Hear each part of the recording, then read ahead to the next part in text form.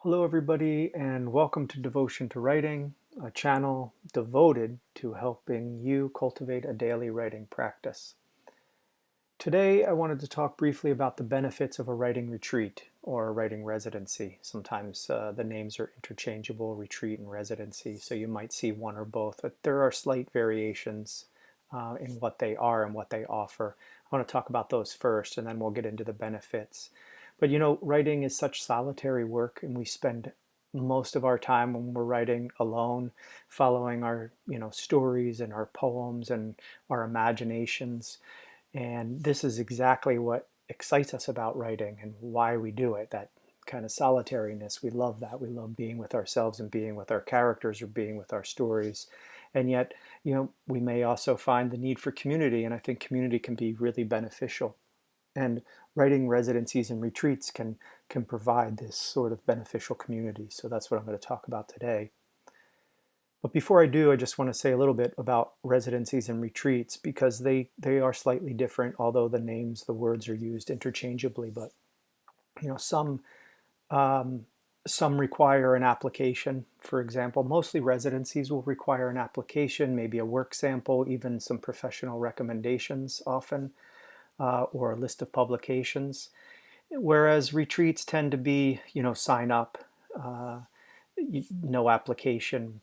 Perhaps they'll want to, see a work sample, or a project that you're going to work on. But for the most part, they're less. The application process is less rigorous in a retreat than in a residency.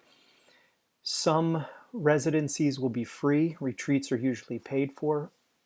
Residencies, usually the ones that are for professionals, for people who are further in their careers, will be free because they're subsidized with grants and things. The ones that are, say, I don't know, lesser well known or less established will often charge a fee. For the most part, you're going to find fees with everything. They're just going to vary depending on what's included. Some retreats will offer food and accommodation and a workspace. Others will just give you the accommodation, no food. So when you're looking, uh, see what you require and what is going to be necessary for you. If you're more independent and you want to get your own meals, um, then that's one thing. If you would like to have all your meals taken care of, it's something you don't want to even think about. You just want to get into your work, then that's something you're going to be looking for. There are a number of resources online. You can easily, with a Google search, find many residences and retreats. I use Res Artis.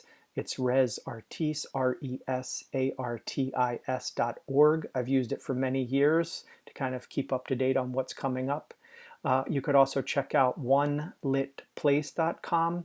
And of course, poetsandwriters.org always has a list of residencies and retreats that are coming up. So one other thing to keep in mind is the size. So how many people attend at one time? For me, I look for group sizes between 5 and 12 people. I think less than 5 can get kind of cliquey.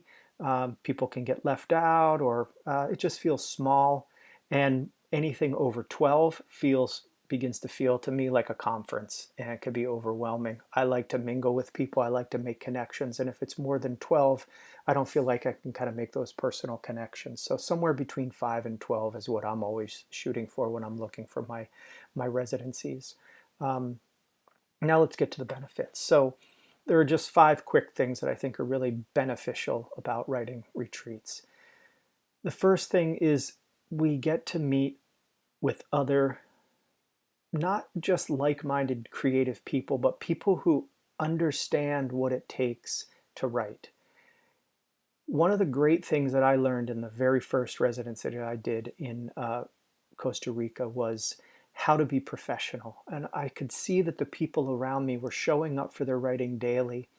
They went to work every day like it was a job. And whereas I, the first couple of days, this is my first retreat, I was kind of finding it hard to get into the work and kind of milling around. But I would see that they were at their desks in their workspaces doing their work, and they were enjoying what they were doing. And then later in the day, afternoon, 4 o'clock or so, people would start to come out, congregate in the kitchen, and inevitably a dinner plan would materialize, a social plan would materialize, and the rest of the evening was, spent at a table with creative, intelligent, talented people who really um, who were working and knew what it took to write.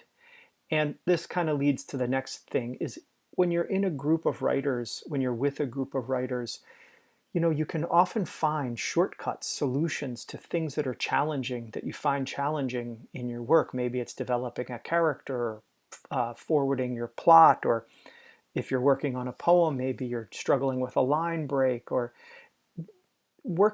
being in a community with other writers can often, you can often get feedback or anecdotes or things that will help you with your craft. Uh, that can just be, like I said, shortcuts where it might take you months or years to kind of find these things out on your own. But when you're bouncing it off a group of people who have been through this and are struggling with the same thing, you're getting feedback that is, really on point to what you're struggling with. So third thing is communities like this at retreats and residencies, everybody's in the same boat. They're egalitarian, unless you're going to one that has a workshop with a teacher and students. That will be different, but a retreat where just everyone is there to work, a residency where everybody is there to do their work, they're egalitarian. And so a new writer is seated at the table, could be seated at the table with an established, award-winning author.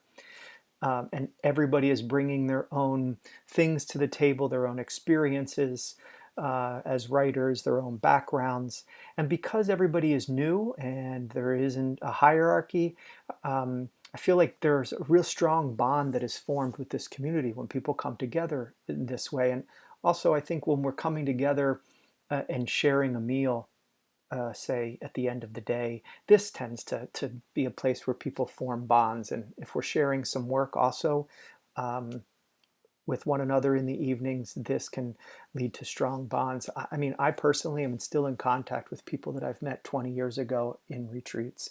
And I know that many people in the groups that I've taken on retreats, that they still have connections with the people that they went with, and often send work back and forth and get feedback on. So the bonds that are formed in these communities, I can't I can't stress how important those are. And one other thing you're going to get is these groups, of course, they're going to have contacts to editors, agents. They're going to have suggestions on places to submit your work. So again, you could Google all of these things, but to get them, firsthand experiences from people to say, yeah, I've worked with this editor, I've worked with this agent, you should send your work there. You know, they might even give a good word to you if you're going to send your work in. Say, hey, tell them I sent you. So the connections, the contacts you make, and the community you form is, I think, second to none.